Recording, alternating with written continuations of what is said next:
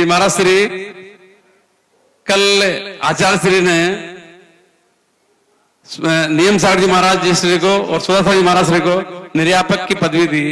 तो निर्यापक का मतलब क्या है? आप अपने हम निर्यापक का मतलब, क्योंकि बहुत सारे लोगों को मालूम ही नहीं है, मुझे मालूम नहीं है निर्यापक का मतलब क्या होता है। तो इसलिए आप निर्यापक के बारे में आप इसका विस्तार से मतलब बतावें।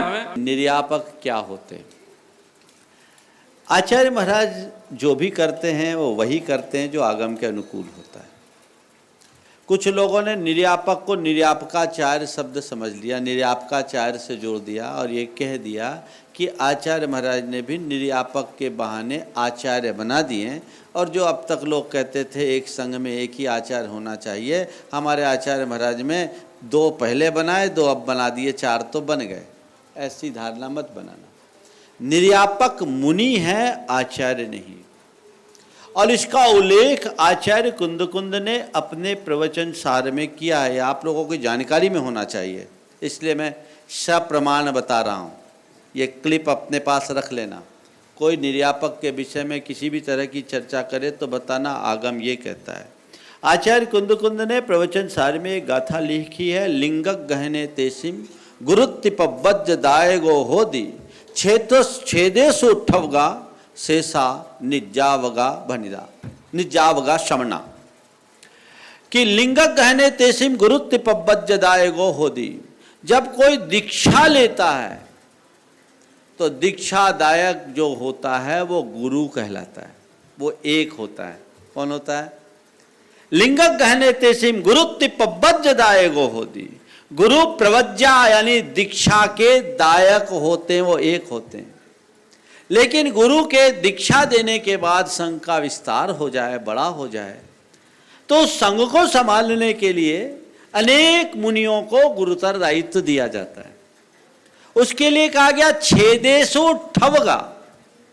जो श्रमण मुनि बन गया उसके मन में कभी कोई शिथिलता आ गई, यानी छेद आ गया, व्रत आदि के पालन में कोई विकल्प संकल्प आ गए, किसी प्रकार की कमी आ गई, उसकी उपस्थापना करने वाले यानी उनके मन को स्थिर करने वाले, और आचार्य जयसेन ने उनके लिए शिक्षा गुरु का, शिक्षा देने वाले, संघ को संभालने वाले शेषा अन्य जो मुनि होते हैं, शमना जो श्रमण होते हैं, निजावगा होदी, वो निर्यापक कहलाते हैं। वो निर्यापक श्रमण है और एक नहीं अनेक होते हैं।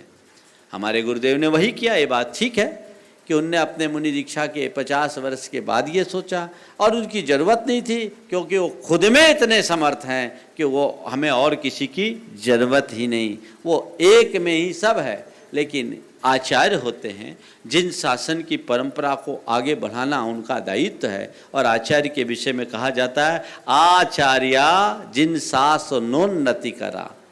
तो आचार्य जिन शासन की उन्नति करने वाले होते हैं, उन्हें आगे के लिए जिन शासन को सुरक्षित करने के लिए और संघ को सुव्यवस्थित रखने के लिए जो उनने सोचा वो उनका दूरदर्शी निर्णय है। पहले पूज्य मुनिवर समय सागर जी के लिए किया, फिर पूज्य योग सागर जी के लिए किया, और कल पूज्य मुनिवर नियम सागर जी और पूज्य सुधा सागर जी का नाम उनने किया। ये उनका अपना दृष्टिकोण है। वो किसे जो योग समझते हैं वही करते हैं, और जब योग लगता है तभी कहते हैं। तो ये पूरी समाज के लिए बहुत प्रशंसनीय बात है। लेकिन ये निर्यापक श्रमण हैं, आचार्य नहीं, ये बात अच्छे से बिठाल देना। निर्यापक मतलब एक विशेष प्रकार का दायित्व उन्हें प्रदान किया है जो संघ के भविष्य के लिए बहुत उपयुक्त है। तो ये निर्यापक के संदर्भ में समझना चाहिए।